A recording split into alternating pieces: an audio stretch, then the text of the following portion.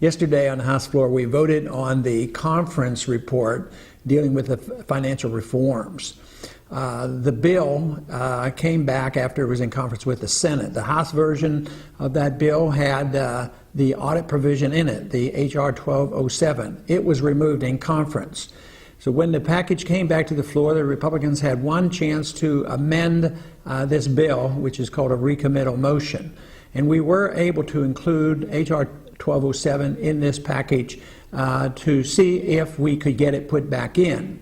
An interesting thing happened here because, you know, we do have 320 co-sponsors of 1207, and it passed the committee rather easily, and it was not challenged on the House floor on the first go-around. But here we were on the House floor, a chance to put it back in, and 114 individuals who were co-sponsors of the legislation voted against it. They voted not to include it.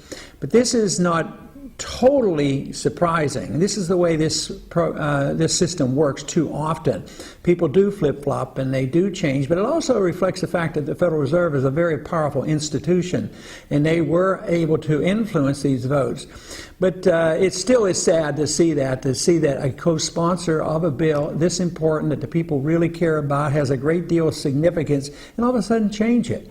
I mean, supervision and monitoring and knowing what the Federal Reserve is doing is very, very important. The people want to know about this. Transparency is so important, and yet it failed on the House floor. Now, does that mean it's over and done with? Well, pretty much so, even though there's a slight possibility another type of legislation that deals with banking regulations may come up before the end of the year, and we may get a chance to offer as a recommittal motion if the leadership on the Republican side permits it. But as for now, it looks like we will not have a full audit, but believe me, a lot of benefit has come from this. The Federal Reserve will not get off completely, because more people in this country than ever before know that the Federal Reserve is very, very important. They know they were responsible for the problems that we have, and they know that they work in secrecy. The American people want to know about it. So even though they may have won this battle, they're not going to win the war, because what they're doing is going to be devastating to us, because this piece of legislation actually gave more power to the Federal Reserve, not less, more power to the regulators, more effort to keep themselves in secret.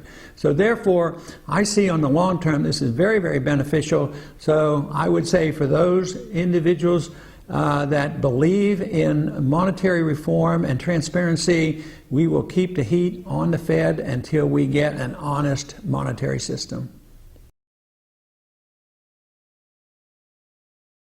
Well, I certainly think so. In spite of the setback, I think there's reason to be very hopeful that we have made a major step in the right direction, that monetary reform is certainly of a great deal of interest to the younger generation, and we'll be that younger generation that will be dealing with the reforms.